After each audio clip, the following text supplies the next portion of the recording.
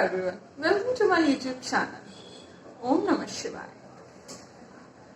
भगवान शिव और माता पार्वती आनंद वन में रहने लगते हैं और सभी देवी देवता भी आनंद वन में वास करने लगते हैं।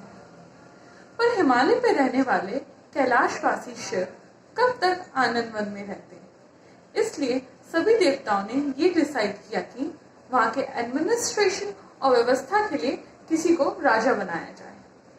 तब सभी ने दक्ष प्रजापति के शिष्य रिपुंजय को ये कार्य देने का सोचा। रिपुंजय ने भी राजा बनना एक्सेप्ट कर लिया और उसने अपने राज्य को संभाला और आनंदवन का नाम काशी कर दिया।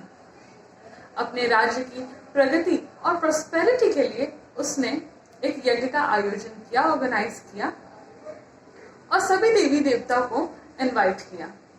पर किसी कारणवश कोई भी देवी देवता वहां आ ना सके। उसे बहुत बुरा लगा, इंसल्ट फील हुआ।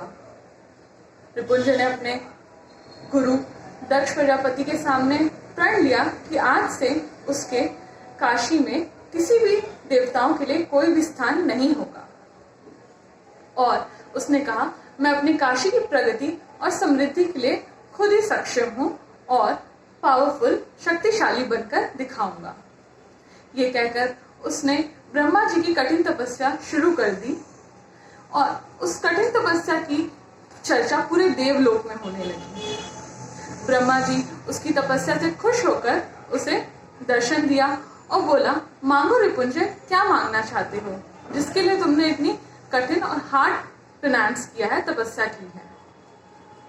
रिपुंजय ने कहा, प्रभु, मुझे सूर्य, अग्नि, इंद्र इन तीनों की शक्तियां चाहिए अपने राज्य को समृद्ध बनाने के लिए और मैं किसी भी देवता की कृपा और प्रेजेंस अपने राज्य में नहीं चाहता।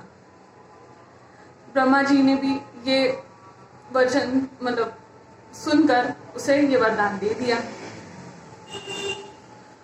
और उसने अपने राज्य में ये घोषणा करवा दी कि आज से मेरे राज्य में कोई भी किसी भी देवता की पूजा नहीं करेगा और कोई भी व्यक्ति दूसरे व्यक्ति को भिक्षा या दान नहीं देगा। सब खुद मेहनत करेंगे अपनी उन्नति के लिए।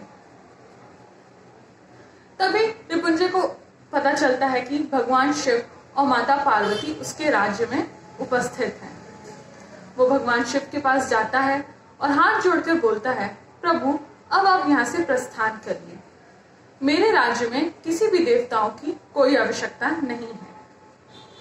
ये सुनकर भगवान शिव बड़े ही भारी मन से मंदराचल पर्वत चले जाते हैं और उन्हें काशी छोड़ने का बहुत दुख होता है। इधर रिपुंजय अपने राज को धन ध्यान से पूर्ण कर लेता है और उसके राज में सब संपन्न हो जाते हैं और किसी को भी किसी भी चीज की कमी नहीं होती है। सभी देवता काशी आने के लिए आतुर रहते हैं, पर ऐसा क्या किया जाए कि रिपुंजय उन्हें स्वयं बुलाए।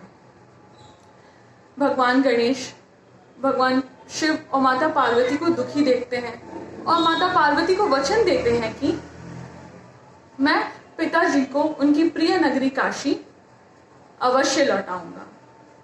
गणेश जी ज्योतिषाचार्य ढूंढीराज बनकर काशी क्षेत्र के सीमा के बाहर जाके रहने लगते हैं।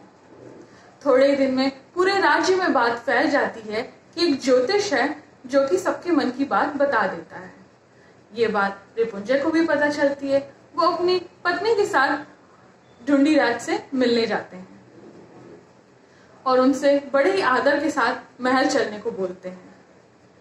महल आने के बाद रिपुंजय ढूंढीराज का बहुत ही आदर सत्कार के साथ उन्हें वेलकम करता है और बहुत ही ढेर सारे व्यंजन आइटम्स खाने के परोसता है।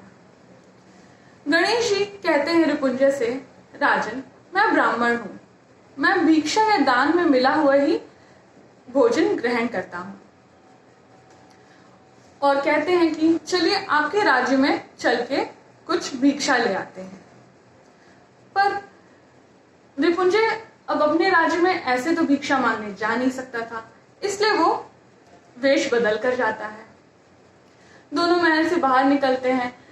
गणेश जी भिक्षाम देही बोलते हैं पर सुबह से शाम हो जाती है, कोई भी उन्हें भिक्षा नहीं देता है। गणेश जी रिपुंजय से कहते हैं, राजन, ये कैसा राज्य है, या कोई भी भूखे को भोजन नहीं देता है।